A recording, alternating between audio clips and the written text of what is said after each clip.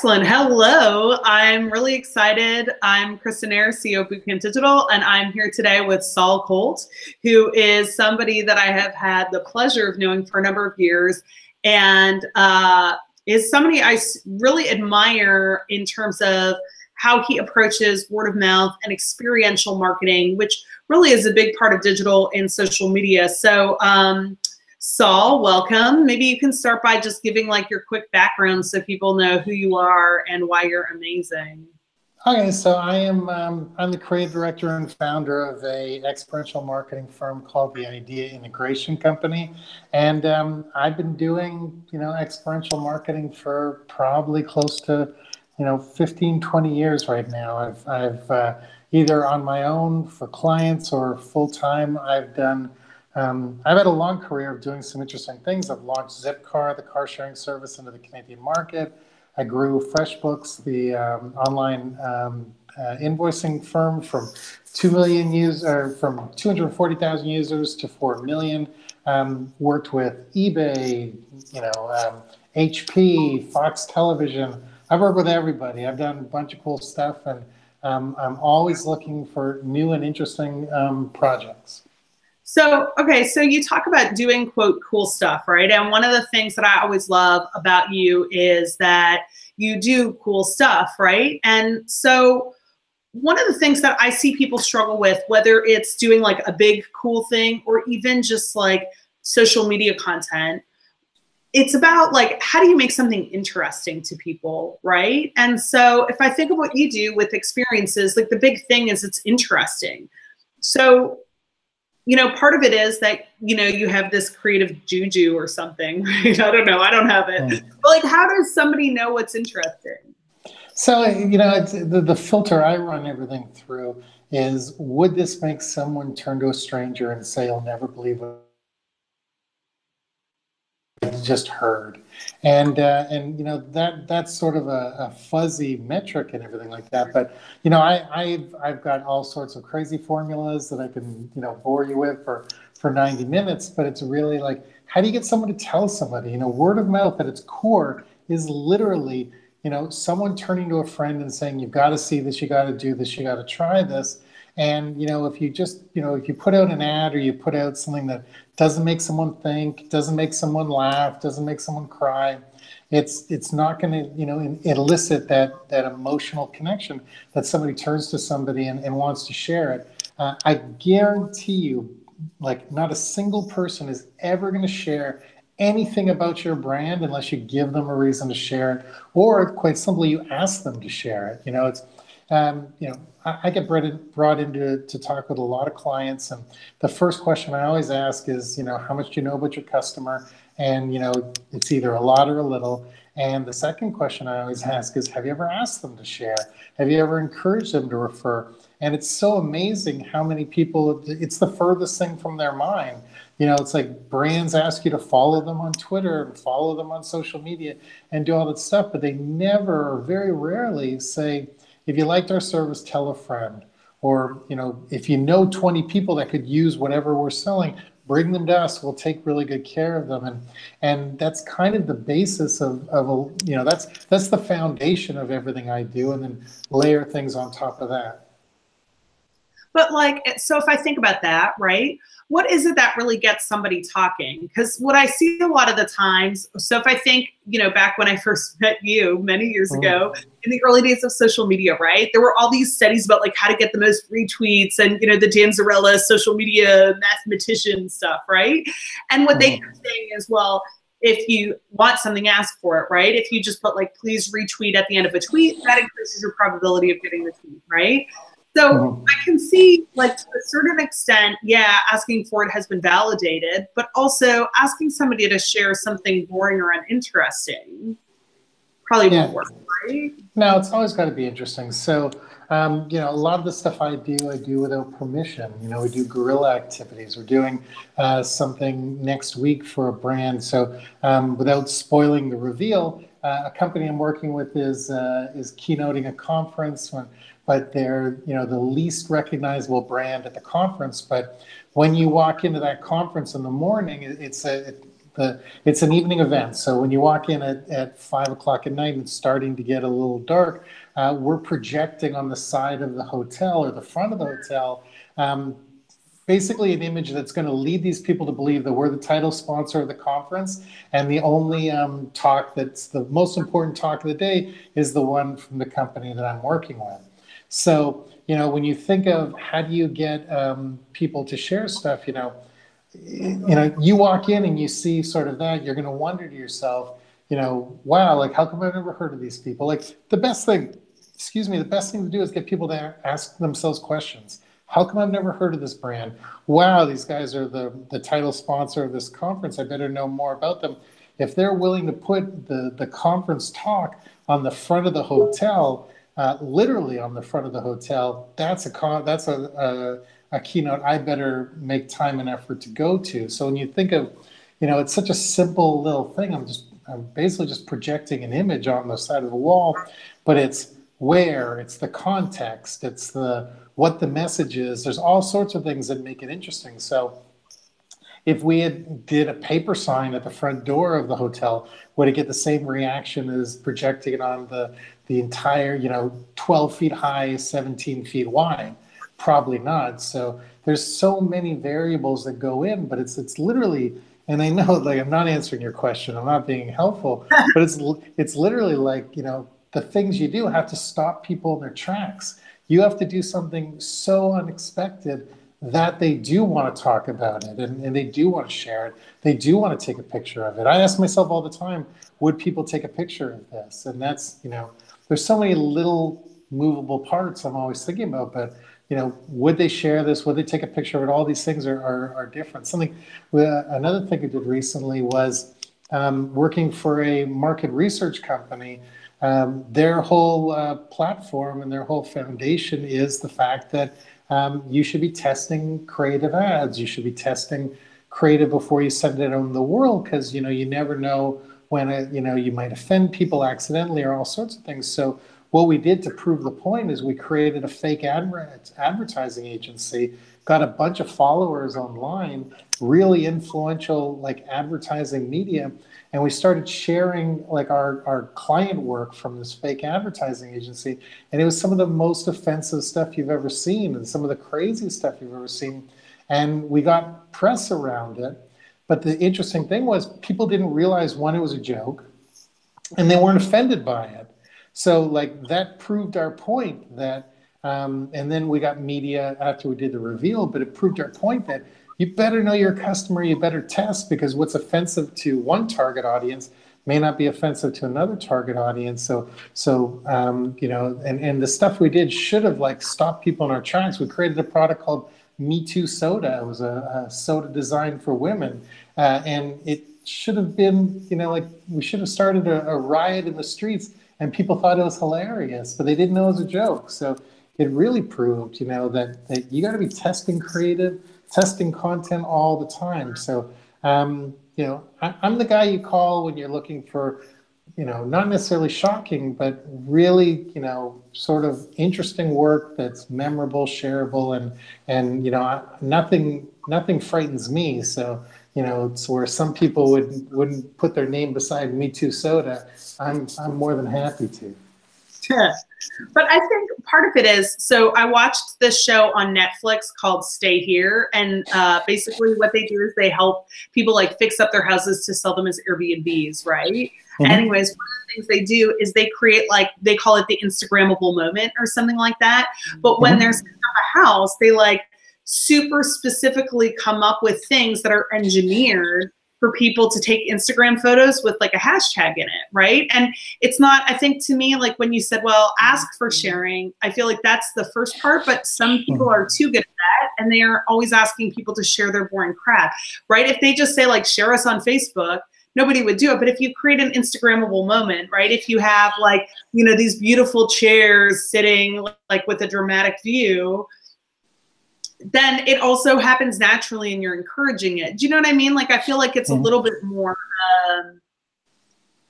of creating the interestingness of it, right? Of course. So there's I don't know if you've heard of it because I know you're far away, but there's this thing going on right now in North America where it's like people are just doing pop-up shops that are literally just like they're just Instagram. People would come in, and the only thing you can do in these places is take pictures. So there's the Museum of Ice Cream, which is just like it's three rooms. One's a chocolate room, a vanilla room, and a sprinkle room. And the sprinkle room just has like a swimming pool full of sprinkles. And there's 500,000 pictures on the internet of the people bathing in sprinkles. There's the Museum of Color in New York City right now. People are literally paying $20, $30, and $40 to go into an abandoned storefront that's been retrofitted to be just Instagram stations. They're paying just so they can go take pictures of themselves inside these places. And the people who come up with the concepts are getting rich because they're literally feeding the need to Instagram and share and all these things. And brands should be paying so close attention to this. Like the museum of, I'm using air quotes, is maybe, past its best before date. But the idea of like, a potato chip brand or, a car company just creating a location where people can go take a picture, like that is so early days that there's tons of legs left with that concept. But you have to create, like you said, the two giant chairs in front of an amazing window, like create something that people will instinctively want to create jealousy out of their friends or get validation for, and you've got yourself a winner. Yeah, because like people are kind of looking for stuff to share, right? It's just especially like in the age of social media where you feel like you have to share stuff all the time. Mm-hmm. I think what I see with brands, whether it's creating their Facebook content or like an experiential, like a physical experience, either way, I think what they struggle with, and I do too when I look at my own marketing, is like to really go for something, right? So you always end up in this like middle ground of boring. Mm-hmm. Yeah, no, you always have to take chances because here's the secret, and you know this. It is so noisy right now on social media. Nobody remembers anything after 72 hours, so you might as well take chances because worst thing in word of mouth, if it fails, it just means nobody saw it. And, if it really goes crazy, you get maybe a week out of it or something it's not like the good old days where you can ride these waves for, 90 days or something. You got to be generating that new, exciting moment every, 10 days, 7 days, something like that. Yeah. So if you think about creating great word of mouth, so it's like the litmus test is, okay, would you tell your friend about it? But how do you actually measure the success? Because one of the things that always impressed me about you is like you're super creative, but at the same time, when you talk to me about specific campaigns you've done, what I'm super impressed by is that you actually make it really measurable, right? And I think part of why people don't like to invest in word of mouth, it seems like not tangible, right? But how do you measure it and how do you prove the value? Oh, so there's a bunch of ways, and the reason I want to measure is because I'm selling this. I want people to get value from it. I want people to hire me back. So that's why I do spend a lot of time measuring it. And not everything, you told me this a long time ago, and I found out later it's like an Einstein quote or something.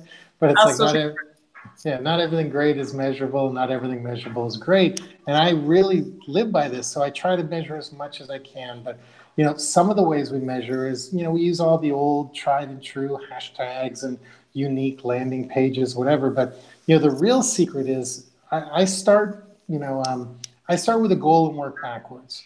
So, sometimes measurement isn't that important. But if it's, if the goal is customer acquisition, then that's pretty easy to measure. Did people sign up?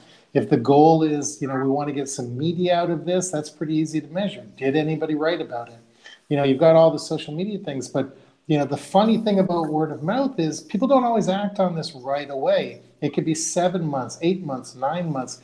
The number one thing I tell all my brands that I work with, if it's an online company and they've got a website with a sign up, is put, how did you hear about us? I want to see oh, we saw you at this conference. Well, that was me. We saw you, on this campaign. Well, that was me. And there's ways of checking it out. And it's funny, like people will come and sign up for a product 9 months later from that initial touch point. And they'll put in the, how did you hear about us? I saw you at, South by Southwest, or I saw you here, or I saw you there. How did you hear about us is the most powerful way of tracking this, because word of mouth is literally word of mouth. 90 or what's the stat? It's like 89% of word of mouth does not happen online. Everyone thinks social media is the killer app, but real word of mouth is happening in line at your grocery store. Real word of mouth is happening at your kids' soccer games. Real word of mouth is someone turning to someone else and saying, I had a great meal last night, or I saw a great movie, or I love this product, or you'd never believe what I saw. So you really do need to get that verbal, testimonial from people on how they heard about you, where they learned about you, and, why they love you. Well, and I think part of the challenge also, as I'm thinking of some of the stuff that you've done, is you're really focusing on the goal and the end result, which is super smart. But also where I think we lose track in measurement is that there's like quantitative and impact, right? So quantitative is like how many people were exposed to my stuff. So if I think of the example you gave where you're projecting this thing up, right? You could have had the same number of people through your Projecto thing, or if you just put a piece of paper on it, or if you just did the lowest level of sponsorship and you could be like, oh, look, I'm in everyone's bags, And so there's lots of ways to get the number if you're just looking for this quantity and this reach. And I feel like so many times we want to judge everything by that, but the impact is what's missing, right? And you're creating impact, and the impact is what's driving the word of mouth ultimately. Yeah, absolutely. So, you said something else super interesting that I wanted to ask a little more about. When you were talking about how you come up with your like ideas and whatever, you said you start with the goal and work backwards, right? And I feel like a lot of brands struggle with linking creativity to strategy. And you often see a lot of creative first ideas. Like, I feel like we have this like total out of balance in marketing right now, where there's creative first stuff that doesn't actually meet a business objective super well. And then there's business first stuff, which is boring and gets lost in stuff where no one pays attention to, right? And your spot is you bring them together. But, how do you really do that? And how can somebody think about that? So the reason I start with the goal first is I think it's actually easier to come up with the idea.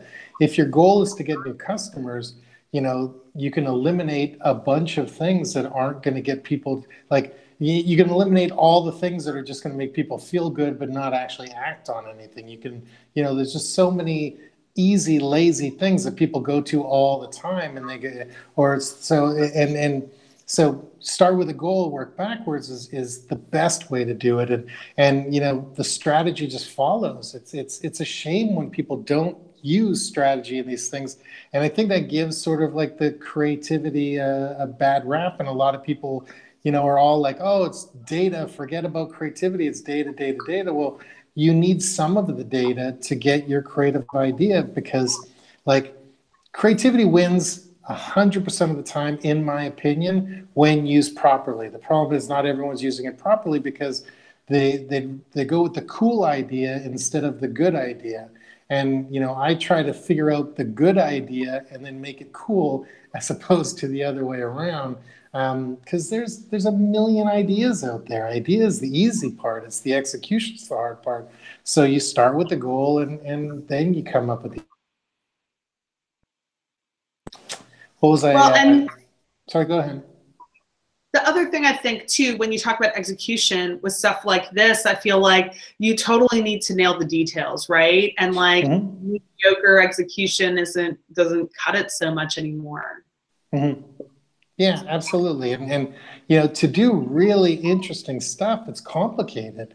So if you haven't like really thought it through, like that's how problems happen. That's how like careers get ruined and things get blown up in people's face.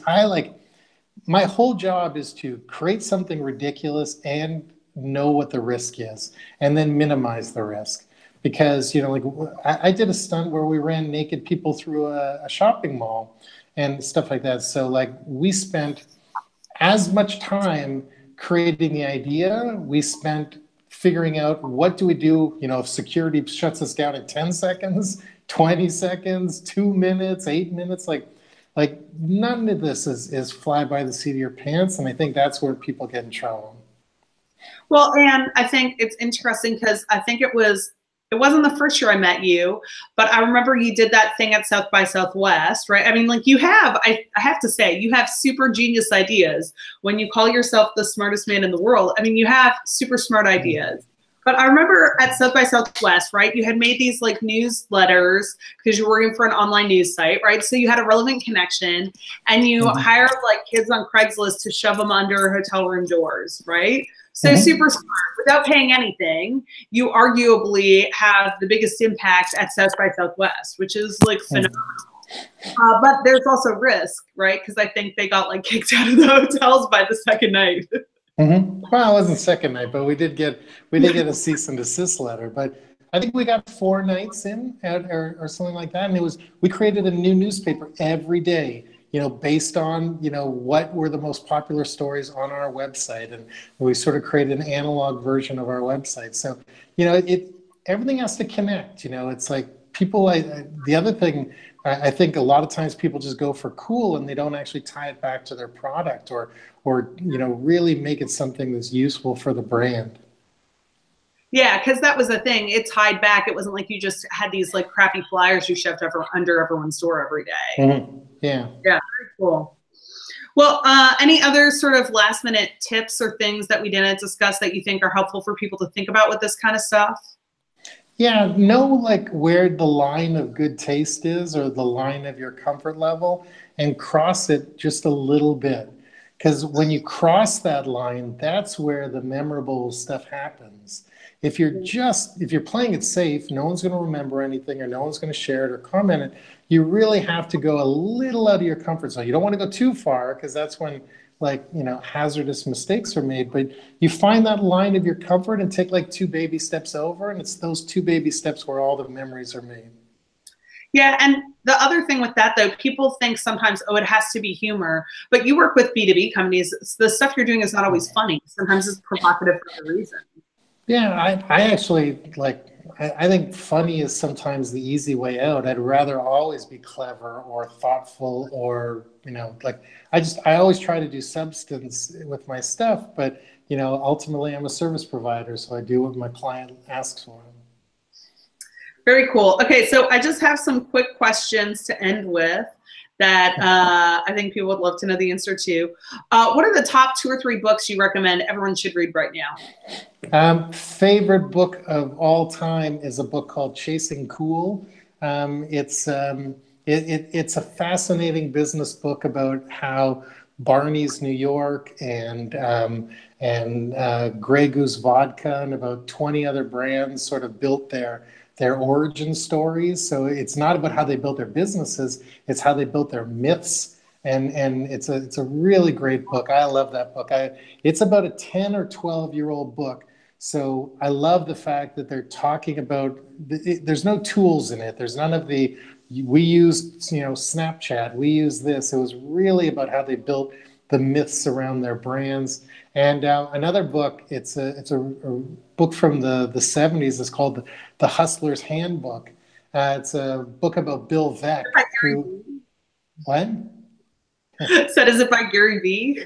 No, it's by Bill Veeck, who Bill Veeck used to own a couple baseball teams in Major League Baseball, and he's the guy who created like Promotion Day, and he created the Jumbotron, and he created all these different things for people to come to the game.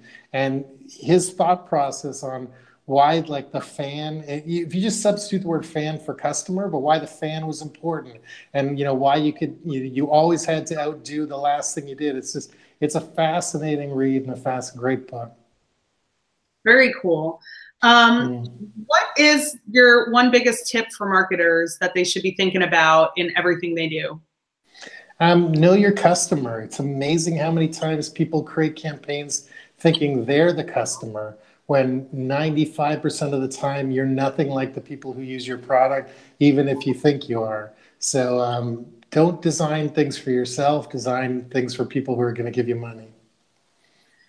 And who are the top few people you follow to stay up to date or inspired, other than me? Other than you, there's no one that I think is worth following. Now, who do I follow? You know, it kind of changes all the time. You know, I don't think it's funny. Like, even I look at my own career, I've had highs and lows where I was the guy that people thought was interesting, and then I kind of, you know, my star waned for a little bit, and then maybe I poke out a little bit.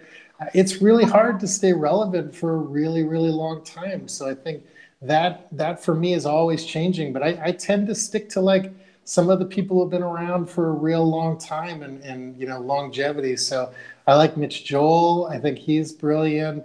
Like Chris Brogan is a great example of people who kind of poke their head out every now and then. He always, like, you know, once in a while, there'll always be something that blows me away from Chris. But to be honest with you, and I know this is going to make me sound like a jerk, I try not to really get influenced or inspired by too many people, because I don't want my work to be like too many other people's. So I try to like surround myself with, you know, just different influences. Like, a lot of my influences aren't in the marketing world. I try to bring outside influences into what I do instead of, you know, sort of living in a bubble. Very cool. And then last question, what is the trend that you think will matter most next year? You know what I think is really interesting, and this pops up every 3-4 years, and it gets a lot of lip service and nobody actually follows through. But I think we're finally at the place where the customer may actually have a bit of a voice inside of companies. But you know, like, we've been talking about it for a decade, and there's very few companies that still that actually do it well. But I've got my fingers crossed, because I think that makes for more interesting companies. Yeah, cool. I think that's a great answer. Well, thank you so much for joining me today. I learned a lot. You've actually given me a ton of stuff that I can think about for my own business, and so I'm sure everyone else did as well. So thank you for taking the time. Where can people find you online? Because you're someone who inspires me. I love following and staying up to date with you. So where can other people find you? So you can check out my company, the Idea Integration Company, at theideaintegration.com. You can pretty much find me on any social media platform at Saul Colt, SAULCOLT, all one word. And I recently launched a podcast. So I've been making podcasts for 7 years now for brands, but I've launched my own podcast for the first time.